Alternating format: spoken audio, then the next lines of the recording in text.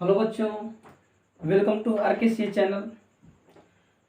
तो कल हम लोगों ने समाप्त किया था विद्युत विभव को प्रभावित करने वाले कारक और समविपृष्ठ।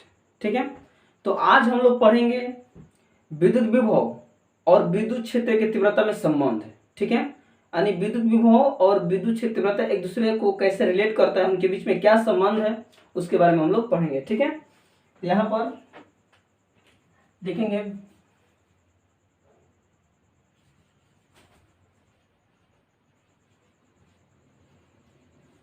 विद्युत विभव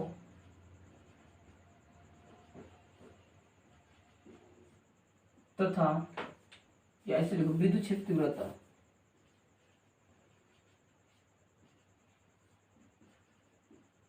विद्युत क्षेत्र की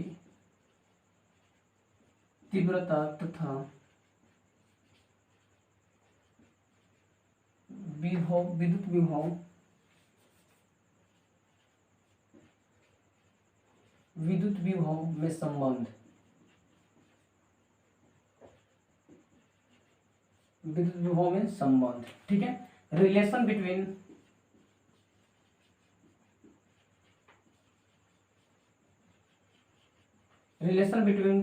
intensity of electric field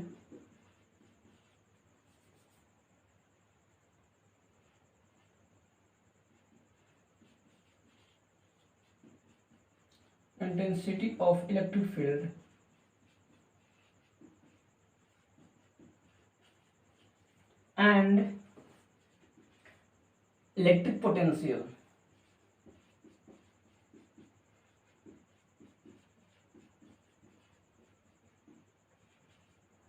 Relation between intensity of electric field and electric potential. ठीक है, तो ये चीज है। तो विद्युत क्षेत्र तीव्रता तथा विद्युत विभव में संबंध क्या होता है। ठीक है, यानी ई और भी में संबंध निकालना है। ई एंड भी में क्या निकालना है, संबंध निकालना है। ठीक है, तो सबसे पहले मान चलिए कि देखिए ध्यान दीजिए, ये मान चलिए कोई आवेश है। ठीक है, अब इसके एरिया में ये ओ बिंदु पर है। अब इसके एरिया में मान चलिए कि एक्स दूरी पर एक बिंदु क्यू है। ठीक, तो अब क्या करते हैं कि यहां पर मान चलिए कोई एकांक धनावेश को रखा हुआ है। ठीक, अब यहां से मान चलो कोई बिंदु ए है, तो यहां से क्यू बिंदु के यहां से यहां तक लाएंगे तो मान चलिए कि डेल्टा एक्स दूरी तय कर रहा है। ठीक है, सबसे पहले क्या कहें कि मान चलो क्यू कोई आवेश है, इसी क्षेत्र में एक बिंदु क्यू है। ठीक है, अब वहां से यहां से कोई एकांक धनुष यहां से यहां तक लाएंगे तो मान चलो कि डेल्टा एक्स दूरी तय कर रहा है। ठीक, पूरा एक्स तो इसका छोटा सा पास क्या डेल्टा एक्स लोग लिख दे रहे हैं। डेल्टा एक्स का मतलब क्या, दूरी में परिवर्तन हो रहा है। क्यों, क्योंकि अब आवेश अब यहाँ पर है, अब कुछ दूरी यहाँ पे आएगा तो दूरी घटेगा, तो कुछ ना परिवर्तन होगा ना, तो कितना परिवर्तन, डेल्टा एक्स। ठीक है, तो डेल्टा एक्स हम परिवर्तन कर रहे हैं। यानी यहाँ पर यदि एकांक धनुष यहाँ से यहाँ तक लाएंगे, यहाँ से यहाँ तक हम लाएंगे तो कितना दूरी तय कराएंगे, डेल्टा एक्स। ठीक है, क्योंकि पूरा एक्स तो छोटा सा पार्ट डेल्टा एक्स। तो यहाँ पर सबसे पहले क्या करेंगे, ध्यान दीजिए, तो प्लस एकांक धनावेश को यहाँ पे क्यू नोट कर सकते हो। एकांक धनावेश को हम क्यू नोट सपोज कर लेते हैं, ये क्यू नोट है। तो एकांक धनावेश को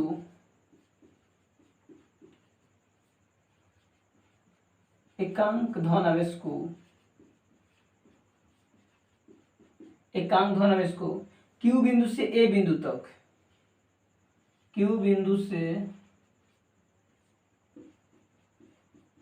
ए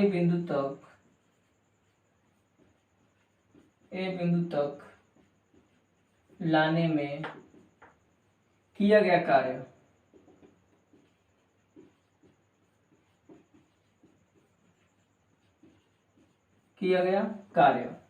तो किया गया कार्य ध्यान दीजिए। अब चूंकि डेल्टा एक्स दूरी तय कर रहा है, ठीक है, कितना दूरी तय कर रहा है, डेल्टा एक्स। तो जब डेल्टा एक्स दूरी तय करेगा तो कार्य कितना होगा, डेल्टा डब्ल्यू करेगा। तो यहाँ पर डेल्टा एक्स है तो डेल्टा डब्ल्यू लेकिन कार्य बराबर होता है बल गुने विस्थापन। तो यहाँ पर लिखेंगे डेल्टा डब्ल्यू, कार्य बल गुने विस्थापन, तो एफ विस्थापन कितना, डेल्टा एक्स। यहाँ पर हम डेल्टा एक्स ले लिए, तो कार्य बराबर बल गुने विस्थापन। डेल्टा डब्ल्यू क्यों लिए हैं, क्योंकि है डेल्टा एक्स दूरी तय करा रहे हैं, तो यहाँ पर डेल्टा, अगर डी एक्स दूरी तय कराते हैं तो यहाँ पर डी डब्ल्यू लेते हैं, एक्स दूरी तय कराते हैं तो डब्ल्यू लेते हैं सिर्फ, ठीक है। तो चूंकि यहाँ पर डेल्टा एक्स लेकर चल रहे हैं तो यहाँ पर हो जाएगा डेल्टा डब्ल्यू। अब यहाँ पर ध्यान दीजिए, तो यहाँ पर बल है, तो आप लोग जानते हो कि E बराबर होता है F बटा में Q नॉट, ठीक है। क्रॉस मल्टीप्लाई करेंगे तो F बराबर हो जाएगा E गुणे Q नॉट। अब यहाँ पर F का मान रखेंगे E गुणे Q नॉट, तो डेल्टा W बराबर हो जाएगा E गुणे Q नॉट गुणे डेल्टा X। चूंकि देखो यहाँ पर माइनस लिखना जरूरी है, क्योंकि देखो माइनस कार्य बराबर बल गुणे विस्थापन, लेकिन माइनस यहाँ पर क्यों लगाए हैं, क्योंकि ये माइनस यहाँ पे कार्य कैसा होगा, ऋणात्मक कार्य होगा, क्योंकि बल और विस्थापन एक दूसरे का है, विपरीत है। ये एकांक धन में सी क्या करेगा, इसको प्रतिकर्षित करेगा, लेकिन हम इसके विपरीत ला रहे हैं, तो बल लगेगा इधर, क्योंकि ये धन आवेश ये भी धन आवेश है, ठीक है, सजातीय आवेश है। तो इसको क्या करेंगे, इसको अब ये तो आवेश इसको प्रतिकर्षित करेगा, लेकिन हम क्या किए, जिसको जबरदस्ती उसके विपरीत ला रहे हैं, यानी विस्थापन इस लगने वाले बल के विपरीत हो रहा है। तो लगने वाले बल के विपरीत हो रहा है, तो यहाँ पे कार्य कैसा होगा, ऋणात्मक होगा। तो यहाँ पर ये माइनस कार्य की प्रकृति को दर्शा रहा है कि ये कार्य कैसा हो रहा है भाई, ऋणात्मक कार्य हो रहा है, क्योंकि बल और विस्थापन एक दूसरे के विपरीत है। तो यहाँ पर ये हो जाएगा। अब यहाँ पर ध्यान दीजिए, क्या करना है, इस क्यू नोट को इधर लाओ, तो डेल्टा डब्ल्यू बराबर हो जाएगा क्यू नोट, इधर हो जाएगा माइनस ई गुणे डेल्टा एक्स, ठीक। तो चूंकि आप लोग पुनः फिर जानते हो कि V बराबर होता है W बटा में आवेश, ठीक है। पिछले वीडियो में हम लोग समाप्त कर चुके हैं इस चीज को। V बराबर W बटा में क्या होता है, आवेश। यदि मान चलो कि यहाँ पर डेल्टा W हो, ध्यान दीजिए, यहाँ पर डेल्टा W हो या Q नॉट हो, ठीक है, तो यहाँ पर विभव क्या हो जाएगा, डेल्टा V हो जाएगा। यदि कार्य में डेल्टा लगा दिए तो विभव में भी क्या लगाना होगा, डेल्टा लगाना होगा, ठीक है। तो यहाँ पर डेल्टा डब्ल्यू बटा में क्यू नोट का स्थान क्या लिखेंगे, डेल्टा भी, यहाँ पे लिखेंगे डेल्टा भी बराबर हो जाएगा माइनस ई मल्टीप्लाई डेल्टा एक्स। अब हमें क्या करना है, इस डेल्टा एक्स को इधर लाना है, तो गुणा में तो भागा में हो जाएगा, तो हो जाएगा डेल्टा भी बटा में डेल्टा एक्स, इधर हो जाएगा माइनस ई। तो फाइनली हम लोग का संबंध जो आएगा ई बराबर माइनस डेल्टा भी बटा में डेल्टा एक्स, ठीक। तो ये हो गया विद्युत क्षेत्र की तीव्रता और विद्युत विभव में संबंध, ठीक है। यहाँ पर ऋणात्मक चिन्ह इस बात को दर्शाता है कि विद्युत क्षेत्र की दिशा में विभव का मान कम होता है। ऋणात्मक चिन्ह क्या दर्शाता है कि विद्युत क्षेत्र के दिशा में विभव का मान कम होता है। यहाँ पर लिख लीजिएगा, ऋणात्मक चिन्ह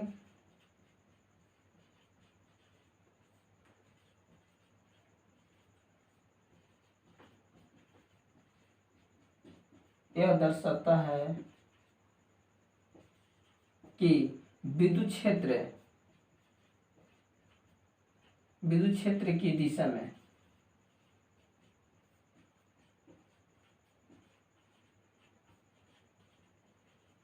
विद्युत विभव का मान कम होता है।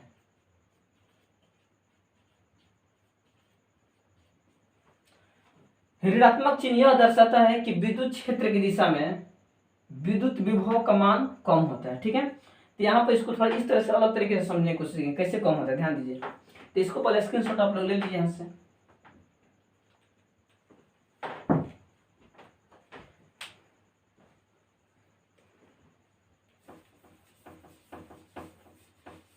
अब इसको समझिए थोड़ा सा। ऋणात्मक चिन्ह यह दर्शाता है कि विद्युत क्षेत्र की दिशा में विद्युत विभव का मान क्या होता है, कम होता है। अब यहाँ पर ध्यान दीजिए, जैसे कि मान चलिए कि ये विद्युत क्षेत्र, ये इसका कोई विद्युत, ये आवेश इसका अपना एरिया होगा, इसकी जो दिशा क्या है, इधर मान चलते हैं, ठीक है। ये इसकी जो विद्युत, ये इसको प्रतिकर्षित करेगा, इसका मतलब इसकी दिशा मान चलो कि ये है, ये ऐसा इसकी दिशा है। अब हम क्या करेंगे, विद्युत क्षेत्र की दिशा में विद्युत विभव का मान कम होगा, तो विद्युत क्षेत्र की दिशा का मतलब कि एकांक धनावेश को इसी की दिशा को नोटिस ले जा रहा है, मतलब कि इसका ये जो आवेश है, इसका जो जो एरिया है, उसका जो दिशा मान चलो कि ये है, क्या ये है। तो अगर एकांक धनुष को अगर इधर ले जाए, ये एकांक धनुष क्यू नॉट को क्या करें, इधर ले जाए, तो इधर ले जाएंगे तो कहीं ना कहीं ये विद्युत क्षेत्र की दिशा में ले जा रहे हैं। क्यों? क्योंकि विद्युत क्षेत्र दिशा ये है, हम आवेश को भी इधर ही ले जा रहे हैं। तो विद्युत क्षेत्र की दिशा और आवेश दोनों एक ही दिशा में होगा, तो एक ही दिशा में होगा, तो इस कंडीशन में विभव का मान कम हो जाएगा। क्यों? क्योंकि अगर मान चलो कोई, ध्यान दीजिए, अगर हम पानी में तैर रहे हो, ठीक है, अगर जिधर धारा जल की धारा की दिशा उधर ही हम अगर चले तैरे, हमें तैरने की जरूरत नहीं है, ठीक है, ऑटोमेटिक ऐसे ही बहाते चले जाएंगे, तो वहां पे हमारे शरीर द्वारा कोई कार्य नहीं होता है, वो तो पानी अपना काम करता है, ठीक है। लेकिन अगर हम धारा के विपरीत तैरे तो उस धारा के प्रति लड़ना पड़ता है, ठीक है। और जब वहां पर लड़ेंगे तो हम क्या करेंगे, एनर्जी हमारा लॉस होगा, यानी वहां पर मेहनत करेंगे, और जब मेहनत करेंगे तो वहीं पर हमारा क्या होगा, विभव होगा।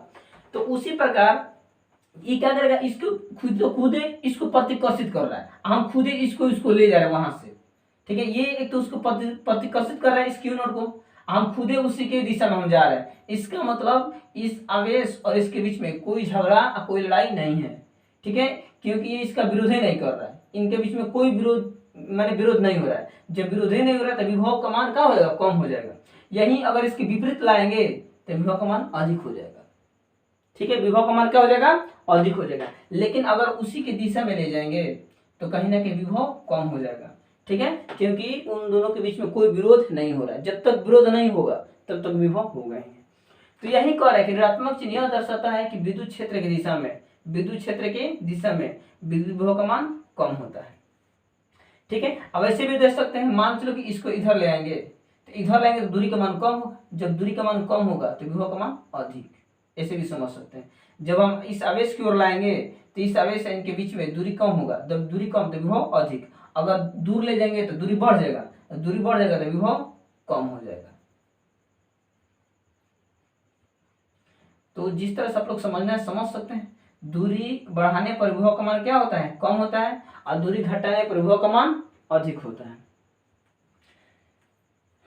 तो इसके बाद में अब यहाँ पे ध्यान दीजिए, ये जो चीज होता है इसको हम कहते हैं विभव प्रवणता। डेल्टा V बटा में डेल्टा x जो है एक तरह का विभव प्रवणता होता है। क्यों? क्योंकि यदि मान के चलिए कि विभव में हम दूरी से भाग दे देंगे, ठीक है, या ऐसे समझ सकते हैं कि डेल्टा परिवर्तन कर सकता है। क्यों? क्योंकि दूरी में परिवर्तन करेंगे तो विभव में परिवर्तन होगा, ठीक है। तो दूरी के सापेक्ष विभव में परिवर्तन का जो दर होता है उसी को विभव प्रवणता कहते हैं, ठीक है। इस दूरी के सापेक्ष विभव में परिवर्तन के दर को विभव प्रवणता कहते हैं। ये छोटा सा टॉपिक है, आप लिख कर डैश दे सकते हो, विभव प्रवणता लिख डैश दो, ठीक है। लिखना कि दूरी के सापेक्ष विभव में परिवर्तन के दर को विभव प्रवणता कहते हैं। ताकि यहाँ पर अगर इसकी और थोड़ा सा टॉपिक की बात कर लेते हैं, यहाँ पर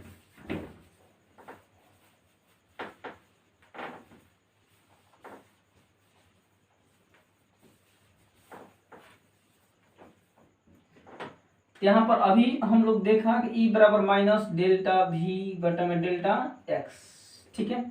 तो ये वो यहाँ पर विद्युत क्षेत्र की तीव्रता, ध्यान दीजिए, विद्युत क्षेत्र की तीव्रता का मात्रक न्यूटन प्रति कूलम होता है। हम लोग पहले से जानते हैं तीव्रता का मात्रक क्या होता है, न्यूटन प्रति कूलम होता है। लेकिन इस कंडीशन में यहाँ पर विद्युत क्षेत्र तीव्रता का मात्रक हो जाएगा वोल्ट प्रति मीटर।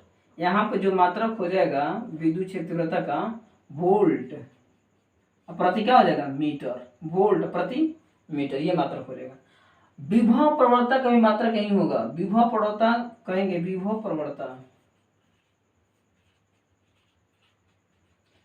प्रवणता डेल्टा V बटा में डेल्टा x। अगर मात्रक की बात करें तो ये वोल्ट प्रति मीटर, विभव प्रवणता का भी मात्रक वोल्ट प्रति मीटर होता है। तो यहां तक ये विद्युत क्षेत्र तीव्रता और विद्युत विभव में संबंध समाप्त हो गया, ठीक है। अब हम देखते हैं कि दो आवेश वाले निकाय की स्थिति ऊर्जा, ठीक है, दो आवेश वाले निकाय की स्थिति ऊर्जा। अगर मान के चलिए कि दो आवेश है और उनको मिलाकर एक निकाय बनाया जाता है, तो उस निकाय बनाने में कुछ कार्य करना पड़ता है, अब वही कार्य वही कार्य ऊर्जा के रूप में संचित हो जाता है, जिसको हम कहते हैं निकाय की स्थितिज ऊर्जा।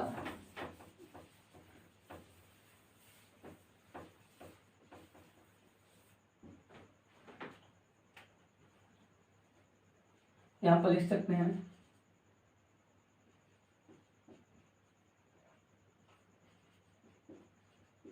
दो आवेश वाले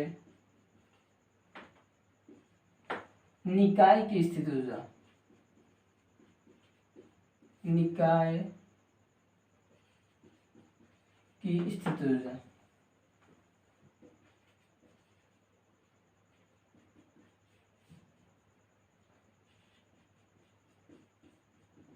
ठीक है, यानी पोटेंशियल एनर्जी ऑफ दो आवेश वाले निकाय की स्थितिज ऊर्जा। यहां पर लिखेंगे potential energy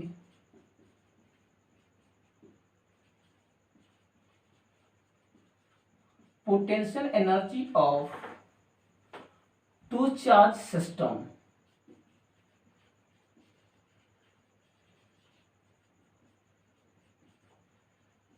to charge potential energy of two charge system, दो आवेश वाले निकाय की स्थितिज ऊर्जा।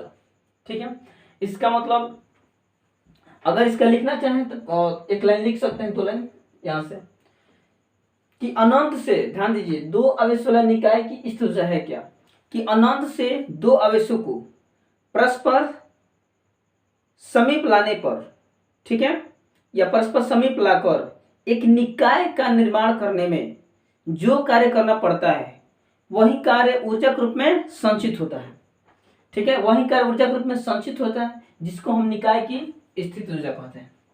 फिर से कि दो आवेशों को अनंत से परस्पर समीप लाकर एक निकाय संरचना में, दो आवेशों को अनंत से परस्पर समीप लाकर, ठीक है, एक निकाय संरचना में जो कार्य करना पड़ता है वही कार्य ऊर्जा के रूप में संचित होती है, जिसे हम निकाय की स्थितिज ऊर्जा कहते हैं। इसे U से सूचित किया जाता है। निकाय की स्थितिज ऊर्जा को क्या सूचित करेंगे? U से। तो चलिए सबसे पहले हम क्या करते हैं, एक निकाय का निर्माण करते हैं। तो मान के चलिए कि दो आवेश, यहाँ पे Q है, Q1 है, यहाँ मान चलिए कि ये Q2 है। ये दोनों बहुत अलग अलग है, ठीक है, अनंत में है। इन दोनों को परस्पर समीप लाकर एक निकाय का निर्माण करना। जिस तरह के विद्युत ध्रुव होता है ना, विद्युत ध्रुव क्या होता है कि समान परिमाण के दो सजातीय आवेश का होता है, दो विजातीय आवेश वाला निकाय होता है। तो उसी प्रकार इन दोनों आवेशों को एक निकाय बनाना है। तो दो आवेशों को मिला के एक निकाय बनाना है, तो सबसे पहले हम दो बिंदु लेंगे। यहाँ पर एक मान चले कि ए लेते हैं, यहीं से एक मान चलो कि आर दूरी पर एक बिंदु हम लेते हैं बी।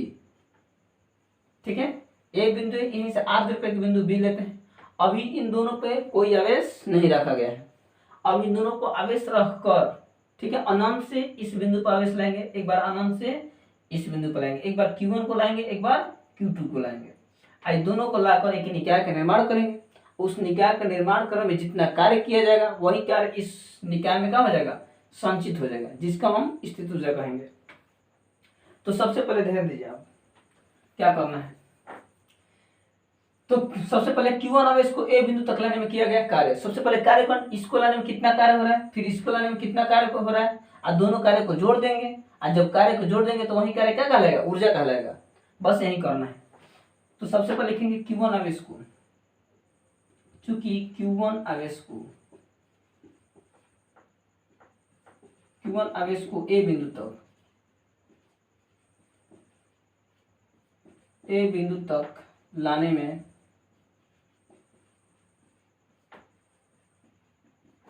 किया गया कार्य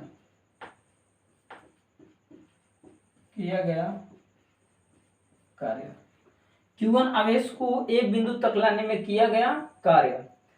तो आप लोग ध्यान दीजिए, कार्य निकालना है। तो V बराबर आप लोग को पता है कि W बटा में होता है आवेश। अगर विभव निकालना हो तो कार्य बटा में क्या होता है, आवेश। लेकिन अगर कार्य निकालेंगे, यहाँ पे कार्य निकालना हो तो कार्य बराबर हो जाएगा V गुणे आवेश। ठीक है, अगर कार्य निकालना हो तो विभव में आवेश का मल्टीप्लाई करने पर क्या होता है, कार्य निकल जाता है। तो Q1 आवेश को ए बिंदु तक लाने में किया गया कार्य, तो कार्य निकालना है, तो कार्य को यहाँ पर W लिखना है। W1 बराबर ए बिंदु का विभव अगुणे आवेश, कौन सा Q1 आवेश ला रहे हैं तो यहाँ पर गुणा में Q1 आवेश होगा, अगर Q2 आवेश लेंगे तो गुणा में Q2 हो जाएगा। तो किया गया कार्य, कार्य बराबर ए बिंदु पर विभव, ए बिंदु पर विभव अगुणे आवेश, गुणे आवेश। तो ए बिंदु पर विभव कितना होगा, इस बिंदु, अब ध्यान से देखिए कि इस बिंदु पर विभव कितना है, ए बिंदु पर विभव कितना होगा, तो ए बिंदु पर विभव होगा 0, इस बिंदु पर विभव होगा क्या 0। विभव क्यों 0 होगा, क्योंकि जब ये Q1 आवेश को यहाँ पर लाएंगे तो इसको लाने से पहले यहाँ पर कोई विद्युत क्षेत्र नहीं है, यहाँ पर कोई विद्युत क्षेत्र है ही नहीं है। जब कोई विद्युत क्षेत्र है ही नहीं तो कोई इसका विरोध करेगा नहीं, जब कोई करेगा नहीं तो विभव क्या हो जाएगा, शून्य हो जाएगा। तो यहाँ पर ये स्टार्टिंग में इसको ला रहे हैं, तो लाने के बाद में इसके एरिया में इसका कोई विद्युत क्षेत्र है आसपास है ही नहीं है, तो जब विद्युत क्षेत्र है ही नहीं तो इसको लाने में यहाँ पे कोई कार्य नहीं करना पड़ेगा, ठीक है ना। जब यहाँ पे मतलब विभव क्या हो जाएगा 0 हो जाएगा, तो ए बिंदु पर विभव क्या हो गया शून्य है, क्यों, क्योंकि इसके आसपास कोई आवेश नहीं है या कोई विद्युत क्षेत्र नहीं है। जब विद्युत क्षेत्र ही नहीं है तो विभव क्या हो जाएगा शून्य हो जाएगा। तो ए बिंदु पर विभव क्या हो जाएगा 0, अब गुण आवेश, कौन सा आवेश ला रहे हैं Q1 ना, क्या हो जाएगा Q1। तो फाइनली W1 बराबर हो जाएगा, गुणा करेंगे तो 0। इसका मतलब कि Q1 आवेश के यहाँ पर जब लाए ए बिंदु पर, ठीक है, यहाँ पर लाए तो हमें कार्य कितना हो निकला 0 निकला, यहाँ पर कोई कार्य नहीं होगा। उसी प्रकार हम निकालेंगे अब किसका Q2 पर।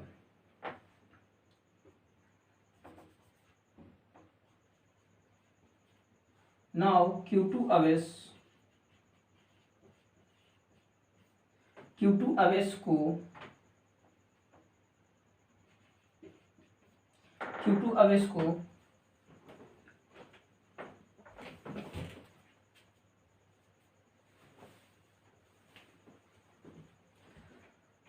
Q2 आवेश को B बिंदु तक, B बिंदु तक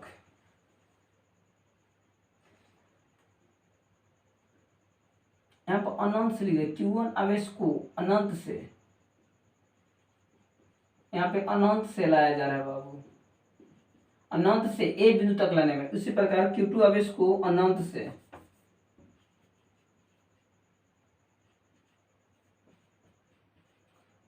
B बिंदु तक, B बिंदु तक लाने में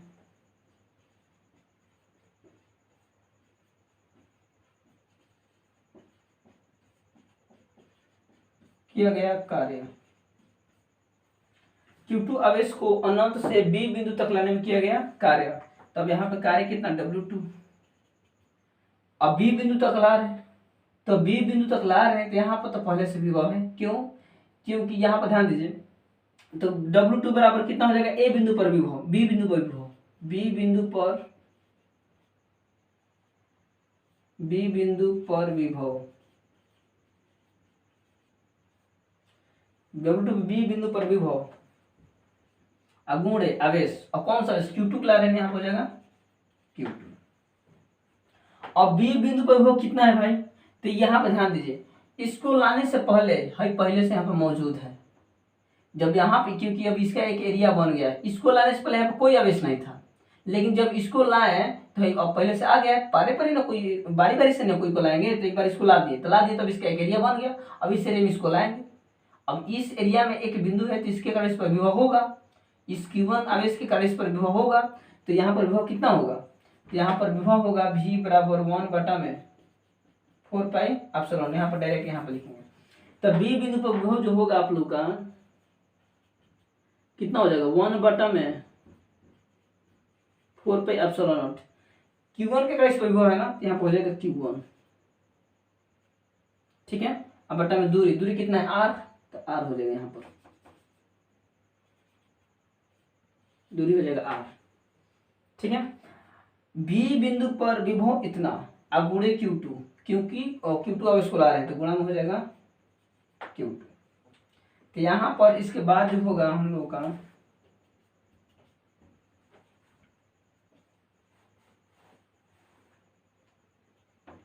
W2 बराबर 1/4 जब गुणा करेंगे यहाँ पर, चूंकि Q2 ला रहे हैं ना जी, तो Q2 यहाँ पर छूट गए हैं, तो गुणा करेंगे तो हो जाएगा Q1 इंटू Q2/R। तो इसका मतलब B बिंदु पर जब लाएंगे तो हमें इतना कार्य करना होगा।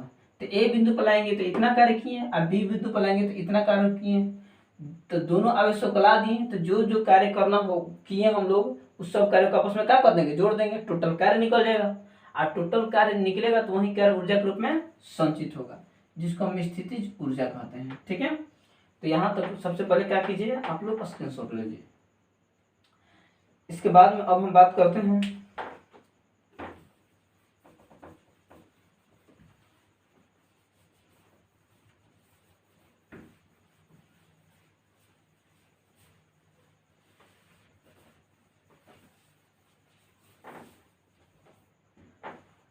ए बिंदु पर कार्य जो हुआ W1 कितना आया 0, बी बिंदु पर कार्य W2 कितना आया 1/4πε0 Q1 इंटू Q2 बटा में डिस्टेंस कितना R, W1 0, W2 कितना हो जाएगा इतना।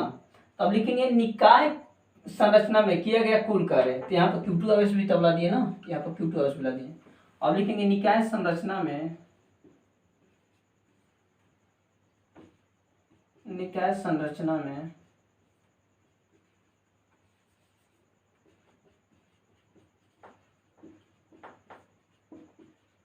किया गया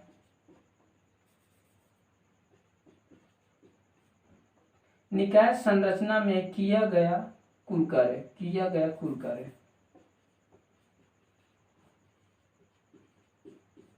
निकाय संरचना में किया गया कुल, यानी इसको निर्माण करने में किया गया कुल कार्य। तो कुल कार्य जब निकालना है तो W बराबर दोनों को जोड़ देंगे, W1 प्लस W2। तो W बराबर W1 का मान कितना 0, W2 का मान 1/4πε0 Q1 इंटू Q2 बटा में R। जब दोनों को जोड़ेंगे तो W बराबर 1/4πε0 Q1 इंटू Q2 बटा में क्या हो जाएगा R। तो इतना कार्य होगा, यानी निकाय संरचना में कितना इतना कार्य होगा। जब इतना कार्य होगा तो किया गया कार्य ही क्या है, ऊर्जा है।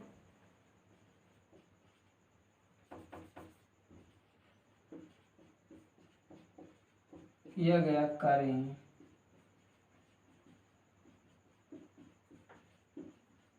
किया गया कार्य ही ऊर्जा है। तो अब यहाँ पर W ना लेके क्या लिखेंगे, U लिखेंगे।